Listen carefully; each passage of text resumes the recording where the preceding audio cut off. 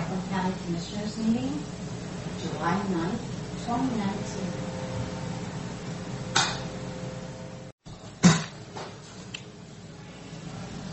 We are on. According to this AT&T, it is 9 o'clock, and we'll open our regular Tuesday board meeting. Join me with the pledge.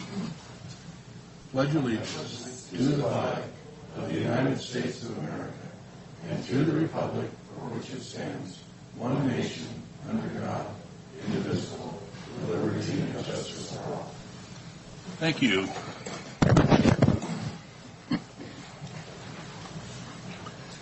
Our first item on the agenda is we have 3 sets of minutes, June 11, June 18, and June 25. There's no changes. I'll sign them as presented. Okay. And then we have bid openings for steps. Jennifer.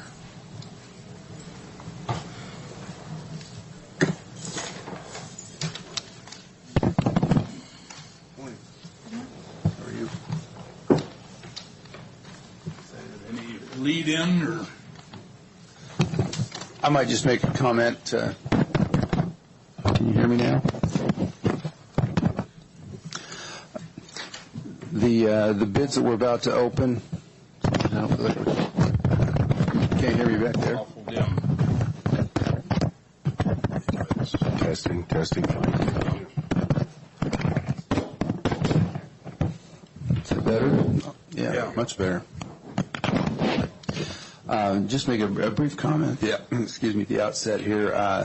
What we're opening are the bids for replacing the front steps at the History Center Courthouse or History Center Museum.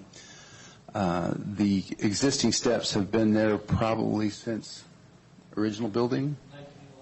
1911. Thank you. A long time. And they are beginning to separate from the building. They have become increasingly chipped and damaged over the years, do not meet current code with the front railing, and in fact there is a gap at the front step that is dangerous for visitors to the museum to cross the threshold in and out of the facility itself. We have been working on proposals for resolution of this for some time, had some pretty lengthy discussions with various parties about who owns the building. Technically, we own it under a certain provision in the deed that if Franklin County ever decides to not use it for historical preservation purposes, the ownership would revert to the city of Pasco. So that is one conditional use of that deed. We anticipate that we would expect the museum to continue there. The current director at the museum and others have some plans to try to expand that location and improve the display facilities and have some really forward-thinking objectives here. And so I want you to, as a board, to know that administration supports this project going forward. It has been challenging in trying to get bids that we felt were economical, that the county could handle financially the capital improvement to the building. As you know, whether it's the Historical Society or any other building, capital funds are always difficult to come by, and we think there's adequate funds in our historical preservation funds to address this project. But because of the decreasing utility of those current steps, we're aware that we need to get this project started and completed to move forward. Thank you. We have 4 bids in front of us this morning. The first one I'll open is All Star Construction Group out of West Richland.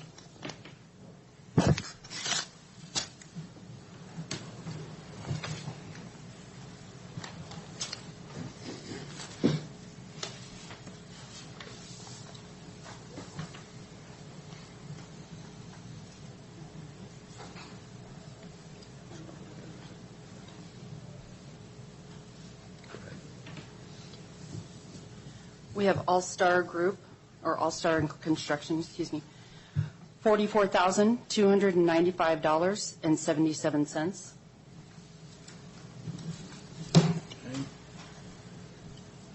Second in front of me is Ray Poland and Sons out of Kennewick.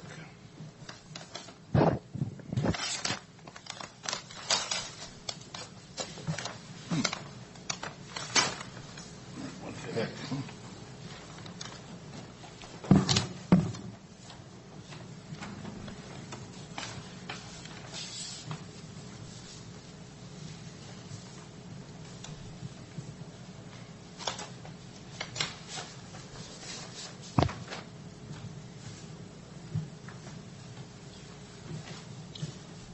Ray Poland and Sons for $60,327.30.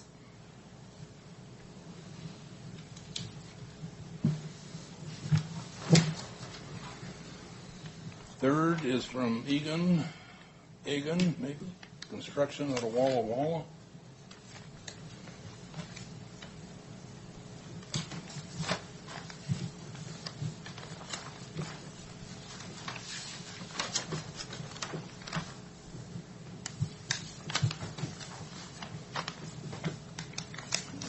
Get into here.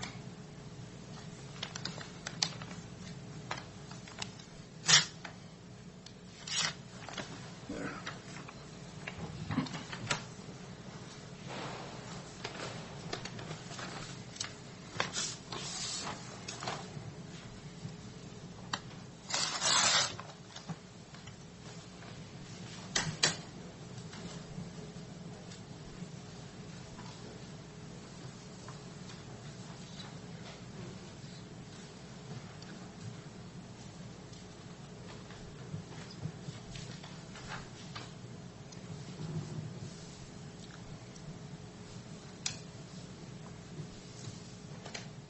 Egon Excavating, we have $87,926.19.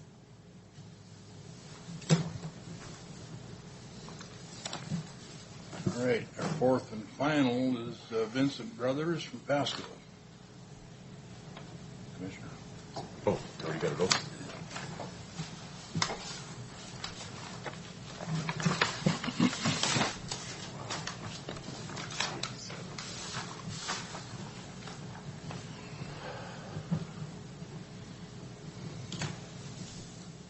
Vincent Brothers, we have $56,789.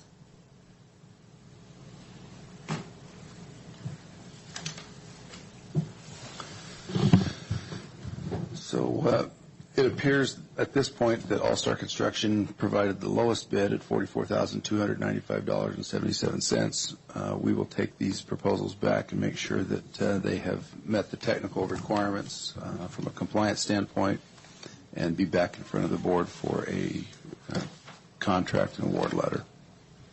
All right. Next week, you think, Jennifer? I'm hoping yes. Thank you.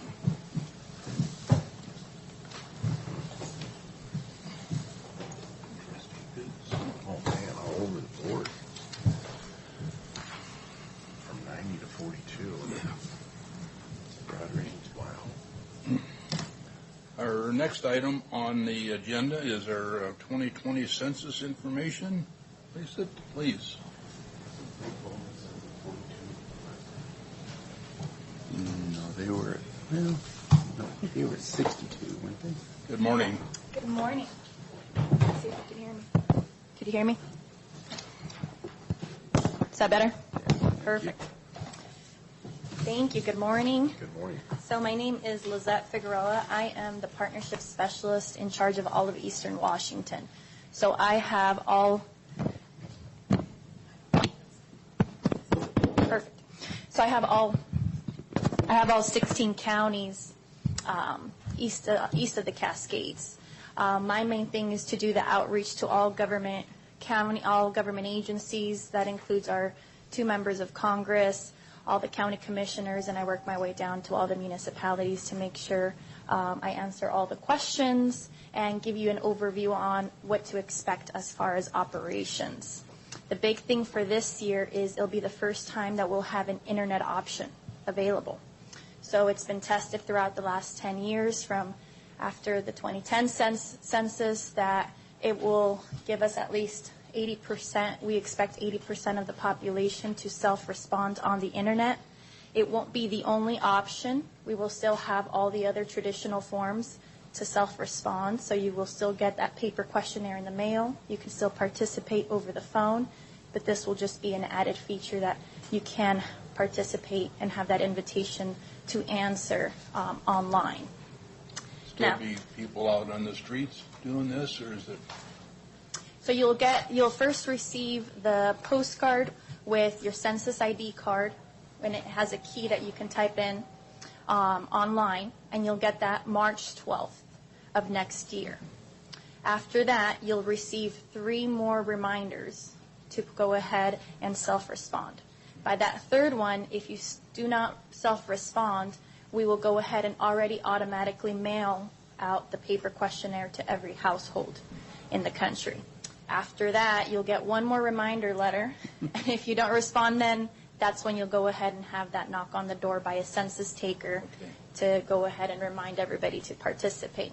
They will have all their badges, correct identification, so we want to make sure we let the public know that if they don't feel comfortable opening the door or answering any questions, they can verify the employee with our regional office, make sure who they are by saying, what's your name, and they should have their ID badge on them, visible, and be, more than willing to provide any information as far as their name and contact information to residents, so the residents feel that, this is a trusted employee and they don't fall victims to any scams. We will never ask for a Social Security number, so we want to make sure that's out in the public, so nobody should be asking for that type of information. The big thing on why we do the census is it's in the Constitution. We are mandated by law to go ahead and do that. For apportionment, it's what gives us our power in Congress. Back in 2010, the state of Washington was able to gain a seat in Congress based on our population growth. The state legislator is very, they have a vested interest in this, so they actually were able to separate some state money to go ahead and distribute as far as for outreach. So they're doing competitive grants for the state to go ahead and, award these out for outreach materials. They have set out 2 people as liaisons. So the Office of Financial Management is leading the state cause. They've actually formed a state complete count committee, and they are doing outreach to everyone in the state of Washington. In addition to that, the Census Bureau is doing that same outreach. So we're kind of working together and, double teaming our outreach efforts. As far as here in the county, you have the president of United Way, who's Dr. Loanne Ayers. She has stepped up and joined the State Complete Count Committee, and then she has also gone ahead and formed like a bi-county, or trying to form a bi-county complete count to represent both Benton and Franklin County. And I know she's doing outreach and has kind of formed her own coalition, working with the state to make sure that the county here is really receives an accurate count. What it comes down to, I think the state was able to give an estimate. It's about $2,000 per person per year for the next 10 years. So when you think of what it is, for funding, it comes down to millions of dollars that's up for grab. It's about $647 billion that are distributed annually throughout the country. And we only do this every 10 years. So whatever the count is for next year will be kind of what will direct the funding through government programs for the next 10 years. For the state of Washington, the big one is Medicare. Then it goes down to scholarships, as far as loans, and then and regular scholarships. And then the third one comes down to transportation funds. So all the highways. So we want to make sure we reach out to the Department of Transportation and know that they have a vested interest as far as what their federal funding would look like. And then over 95% of the nation will receive that invitation to participate online or through the mail or on the phone. The rest of them fall in a different umbrella called group quarters. And for group quarters, we count them differently, and they fall under Department of Corrections, military bases, hospice centers, orphanages, jails, any place, nursing homes, any place that has a centralized location where people are living together who are not related.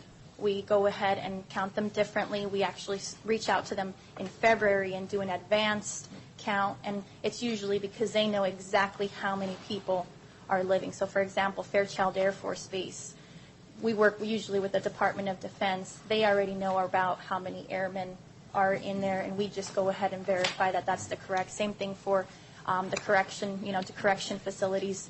They should know around how many people they have, and we want to make sure, we work so we don't create more work. So we count them starting in February. But as far as for the rest of the nation, everybody else will receive that invitation online. We want to make sure everybody knows that your information is protected specifically by Title 13. So we cannot divulge any information, and that includes to ICE, Department of Homeland Security, any type of federal agency or below, state, etc., that it was the law was formed exactly to protect that information, and specifically so we can go ahead and be able to function, and so people participate in the census. The only information that is released is aggregate data. Other than that, we wait around 72 years to declassify the information, and that's based on the life expectancy right now in the U.S.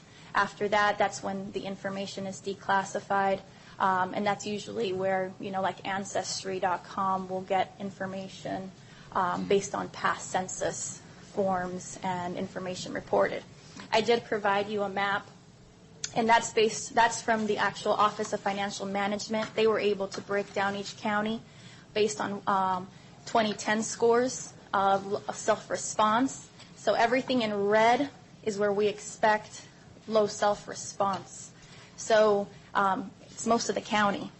So we want to make sure we really reach out and, work together with our community, and, the residents understand, and people up in government and community organizations understand the funding that's at stake here and how much money we can lose if we don't receive that accurate count.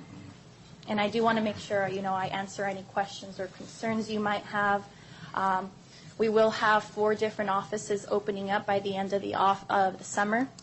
Right now, the only one that's open is the one in Seattle, but we will have one opening up in Spokane, Everett, Tacoma, and I think the other one is in Olympia.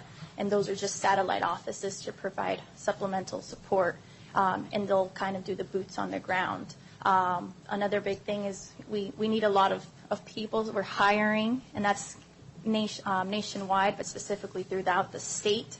It's the biggest peacetime operation in the United States, so it takes a lot of manpower to make sure that we count everybody in the nation. So we are reaching out and doing a special initiative throughout the state. I've also went ahead and already reached out to all the higher education universities in the state to make sure they know we're hiring, because usually they have a little bit of flexibility. We do have a separate program to work with our tribes. So we have 4 different people assigned just to work on our tribes to make sure we do all of our outreach here for the state of Washington, and that includes on reservations and throughout the city. We also have a specific program to just work with our children. So in 2010, over 2 million children were undercounted because people did not either put them down. We did a study, and it came down to a lot of family dynamics. A lot of people based on, if parents were divorced or separated, or kids were living with relatives. For some reason or another, people forgot to count their children, or they thought it didn't apply to children, it was just adults. So it was over 2 million children that were undercounted, and, that turns into millions of dollars. That was nationwide? That was nationwide. So we want to from there, we started the initiative of statistics in schools. We worked with teachers. So over the last 10 years, we've developed outreach activities Everybody in the United States, all the schools will receive a packet, an administrator kit, in the start of school, so by September, with all of the outreach materials, lessons plans, activities, games, warm-up exercises, and it's broken down from pre-K all the way to the 12th grade. And it comes down by subject. So if it's a 6th grade teacher who is teaches math, she has specific, activities that she can introduce that for her specific age group. So we have that information ready to go. It is free, and we're launching that nationwide. Is there any estimated time of results from the 2020 census? So we have to complete and turn in the information to the president by December 31st of 2020. After that, it will be released to the states by March of 2021.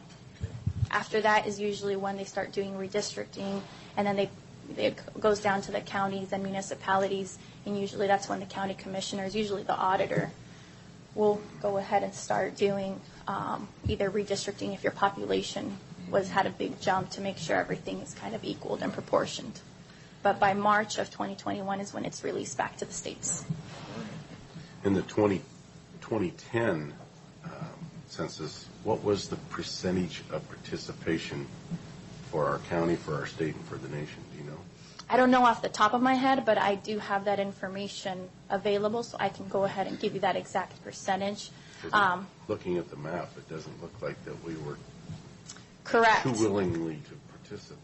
And it comes down to a lot of factors. I mean, a lot of people, once we did the study, so foreign-born immigrants, it comes down to language issues sometimes.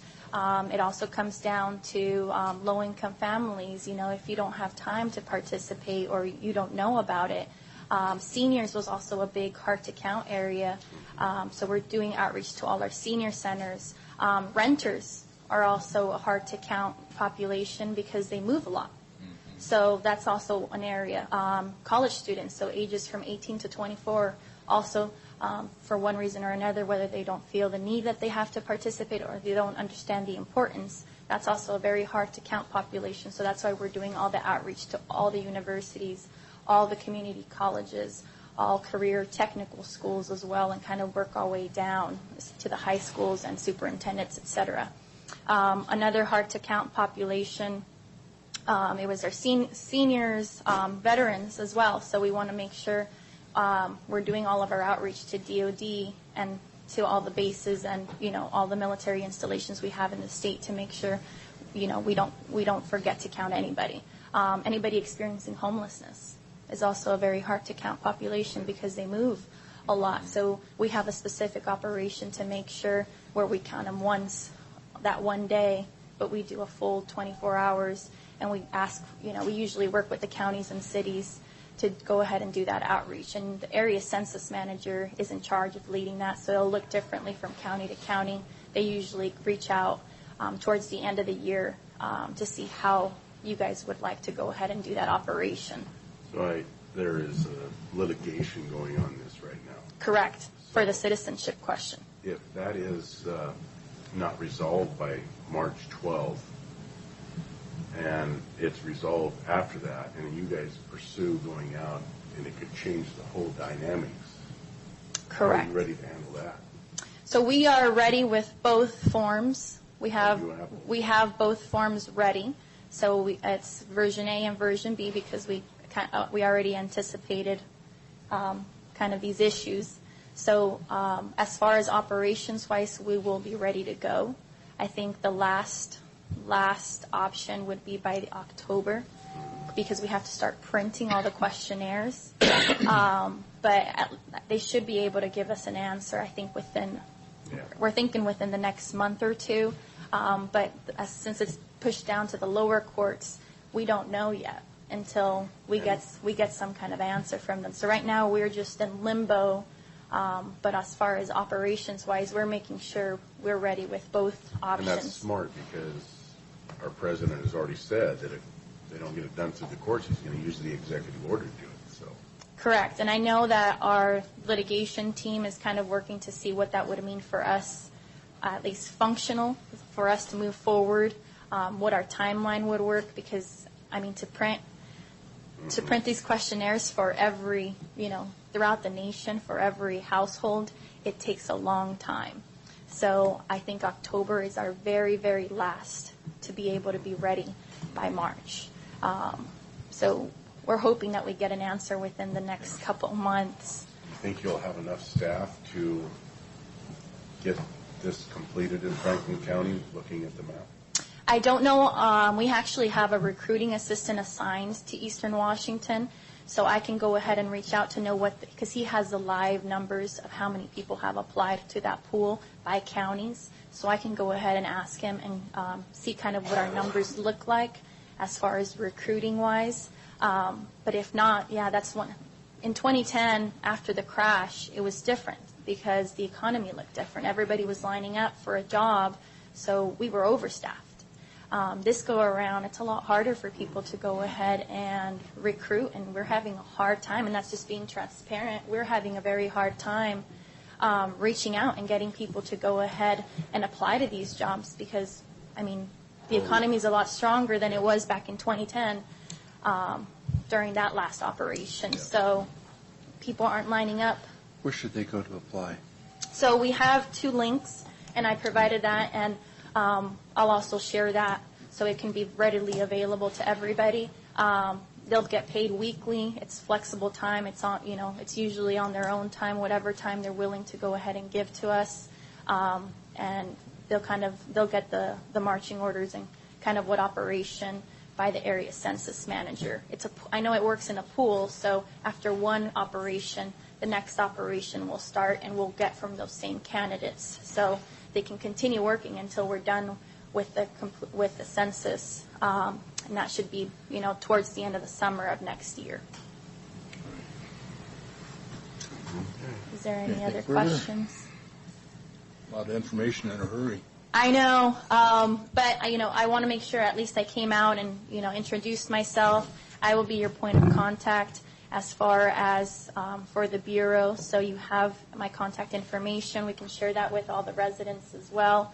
And then we'll also just wanted to make sure you guys knew about, the local coalition starting here to make sure that, our counties, the county here is counted. So I know Luann is reaching out, and I think they're starting their kickoff meeting the first week of August, so you'll receive an invitation as well, and maybe you can send a representative, or if you can attend, and it'll be both, so the bi-county, so it'll be both counties working together to make sure that this area is counted.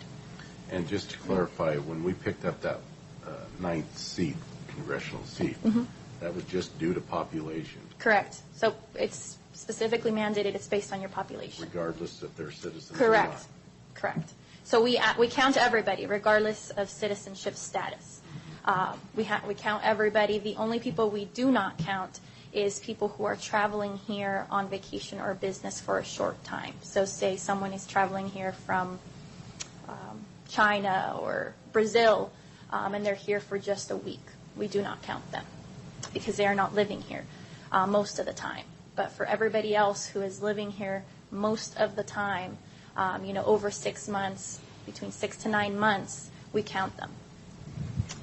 And then we can, the other thing is like for college students. So college students, say if their parents are out of, from a different state, but they're studying here. So say WSU, and their parents are from Colorado. We actually get to count the students here because they are here with us most of the time. So our resources are going to housing them, making sure they have public safety officers, everything else that goes in part with housing a student. So we get to count them here. So if the citizenship question is put on the census, does that mean then only the citizens are going to get counted for these congressional? No, everybody will still get counted. The question would be, are you a citizen, yes or no? But there's millions of people who are living in the United States legally or illegally, but legally who are not citizens but are still here. So there's student visas, different types of visas or statuses, work permits, etc. So we will count everybody regardless. Okay. Perfect. Thank you very much. No problem. Yeah, and then we'll be in contact. I'll make sure we have tons of materials ready to go, so to help spread the word as far as flyers, things that we can put on your county website already, links, all of the outreach materials, and it's focused by audience to businesses, nonprofits, foundations, community organizations, and why it's important for each of those groups. Could you send that information on the percentage of participation in Yes. 2010 to the Commissioner's office so we can I have sure that can. information? Thank you. Yeah, and did you want for all three levels or just the county? Just county, state, and federal. I'd like to know all three. Okay, of course. Thank you so much. Thank you. Okay, thank you.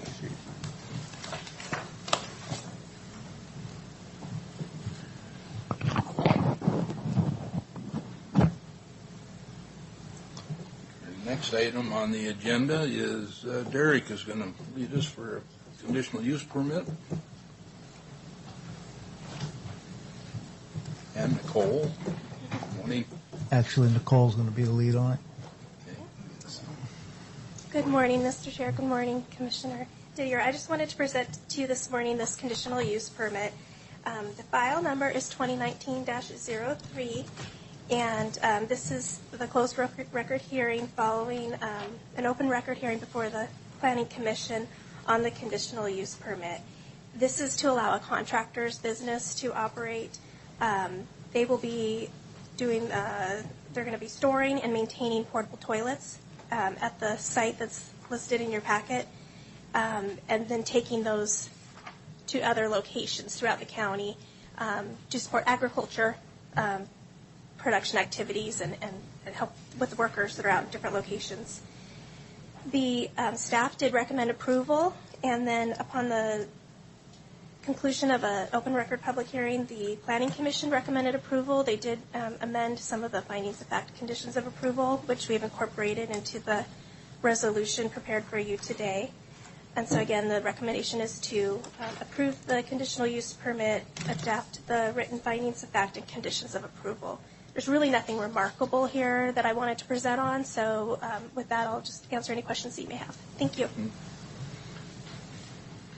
Well, I noticed a letter from Colette Chase and talked to Derek previous to the meeting, and she's become neutral on it now because she was looking like she was pretty opposed to it being the neighbor right across the road. Yes, she came and she gave her testimony at the public hearing. She presented her written comments that she prepared before the public hearing.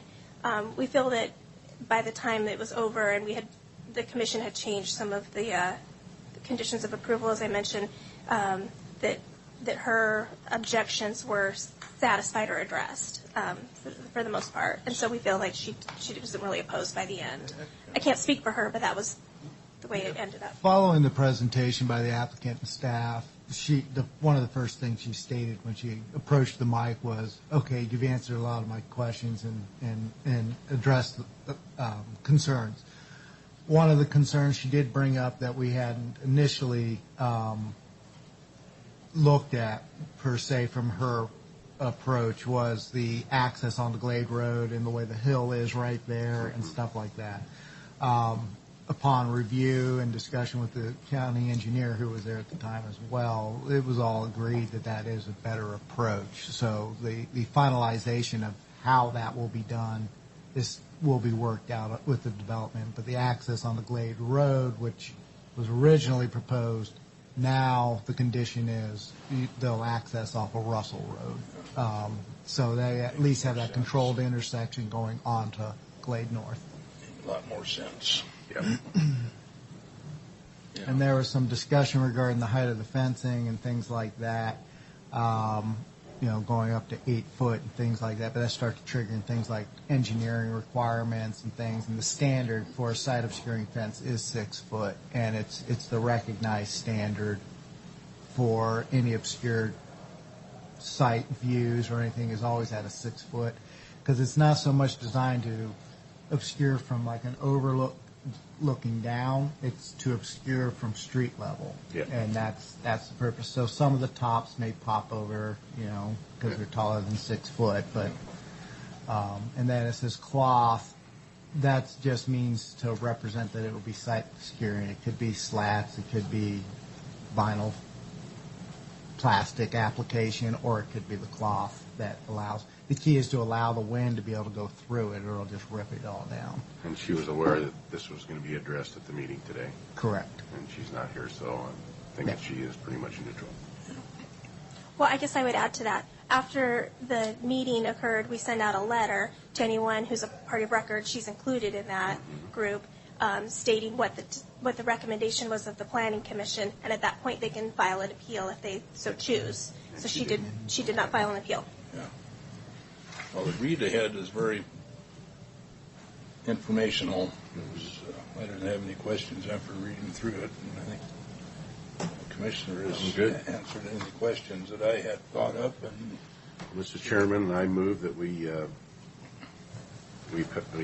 pass CUP 2019-03. conditional use permit. As permitted. Conditional use. Yeah. I'll second. All in favor? Aye. Aye.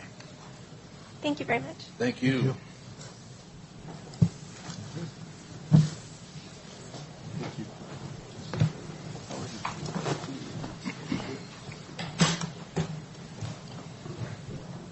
With that, it's our spot on the agenda for public comment. Anybody would like to speak this morning? Public comment. If anybody would like to speak. Please. Public comment period. Seeing none, we'll move on to. Oh, I didn't see a. Yes, please. I just showed up because I thought that hemp was going to be on the agenda today, and I got some good information back there, some flyers. Okay. So if anybody's interested in getting educated on that, there's some flyers back there, and I got to get to work. So. All right. Thank you.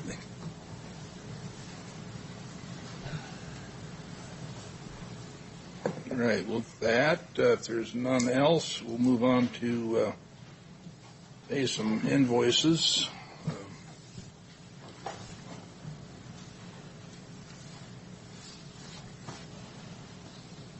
We have 3 from July 2nd that we canceled the meeting because of lack of need and quorum and all the above for the holiday.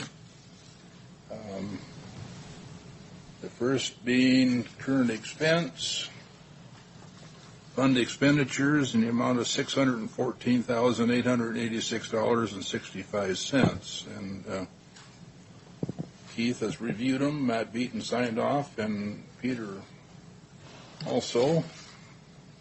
I second. All in favor? Aye. Aye. Second for July 2nd is county road and motor vehicle. The bottom line is $173,100.40. And Jeff Burkhart and Roy Oil have signed off on it. I second. All in favor? Aye. Aye. And we have third and final for July 2nd, the salary clearing emergency management payroll in $980,009.89. And again, Jeff Burkhart and Rosa Gomez. I second. All in favor? Aye. Aye.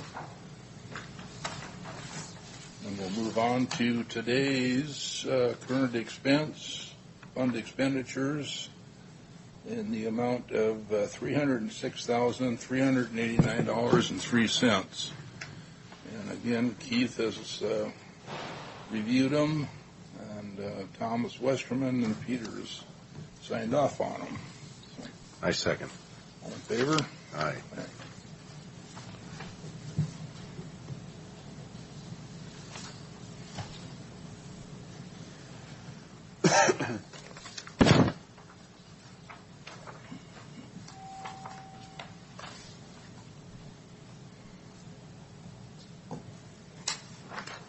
Okay.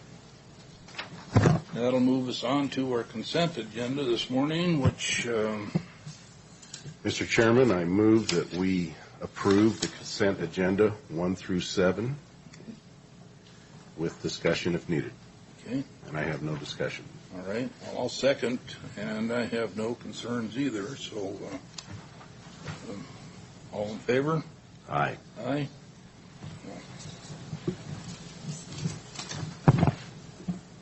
That'll move us on to Keith's agenda.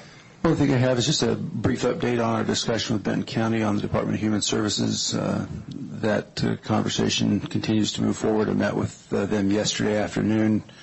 I think we have all of our issues addressed, and we're now putting that into written contract form. So we have a memorandum of understanding of the services provided and how that's going to be allocated.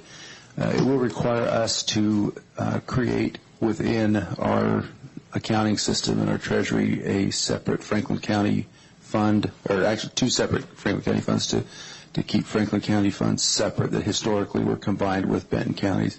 But that's mostly just an accounting and administrative issue. I've spoken with the treasurer's office, and we'll continue that discussion. We'll get that set up so that there's transparency and accountability within all of the funding operations of the department, and hope to have that back before the board here as soon as we can.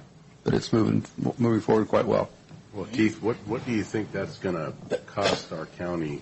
Is it going to be additional funds that's going to take to run this now? Is Kyle still going to be helping us, correct? Yes. Kyle Sullivan? Kyle will be the director of the Department of Human Services. That's ultimately a decision that Benton County makes, is what way this will look. And then, we do not anticipate any reduction in the timing or quality of services. No significant change there. In terms of paying for it, right now, neither Benton County nor Franklin County contribute general funds to pay for human services. That all comes as an administrative charge to the particular grants and tax revenues that are generated specifically for their programs. And we don't anticipate that would change under this new arrangement. There will be a slight change, perhaps, because of the unique nature of the benefits that the employees in the department currently have. They're not directly under the Benton County benefits program.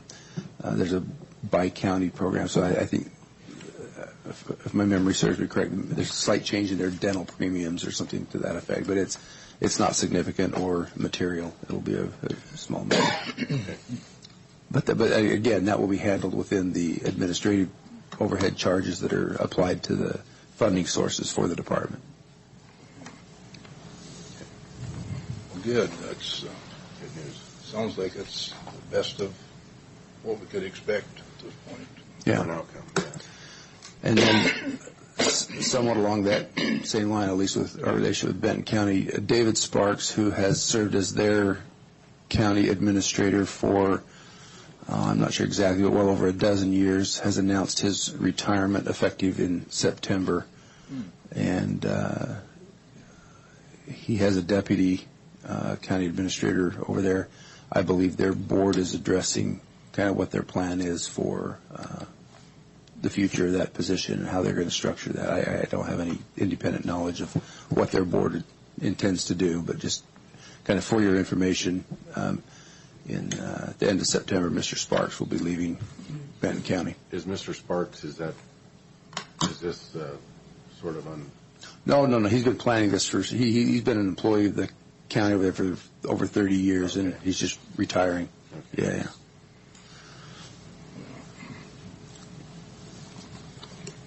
Anything further today, Keith? Not today. Okay. That brings us back to public comment again. Do we have anybody that'd like to speak to the board?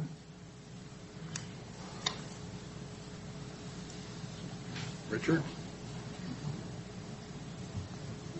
I'm Richard Charman from the Franklin County Museum. Just to say thanks again for your abiding support. These things take process and time, and we're grateful for your indulgence, and we're excited about celebrating regional history in lots of new ways coming up. So we're grateful for your help. All right. Thank you. Anything else, Commissioner? Oh, yes, there is one thing I'd like to bring up, and that is in the Capitol Press of the edition June 28th, there is a headline buried on page 4, Ecology Committees on Water Exclude Farmers. And it's a discussion that the Farm Bureau is very upset that the fact that Ecology has excluded farmers from serving on these boards for water. And I think this is truly a bad thing for the farming industry, because that is our lifeblood here in the basin, being a desert, that we have the ability to have a say on our water rights here. And Ecology has put some different groups in charge for the farming industry. The environmental groups such as the Sierra Club and the Center for Environmental Law and Policy are on the committees, as well as the tribes, but the farmers are not included, and I think this is going to be something that needs to be addressed. And in the latest edition of the Capital Press, it was stated that Ecology is going to up the fees and the amount of money that it costs the wineries. And it's because it's stated in the article that it's not that they are polluting, but they possibly could pollute, and so they're increasing their fees and what it costs to run a winery. And I think that maybe we need to put a letter together to the Department of Ecology and show our disdain with their inability to work with farmers and let farmers be part of these boards, and imposing more fees on our wine industry when there's no need for it. This is something that needs to be pointed out, and I think a letter might be in order from Franklin County, if the other members I'd be happy to draft it if that's the will of the board. Yeah, I think it would be beneficial.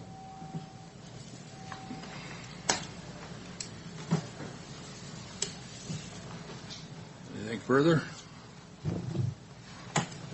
Hearing none, we are adjourned. Thank you. Got a couple more down there. Where were those from? Oh, no, these were non-issues. These were the census, okay. And this was the first one on the bids, and that's the census. Okay. Do you want any of this material? No. Unless Karen needs it. I left my there for her.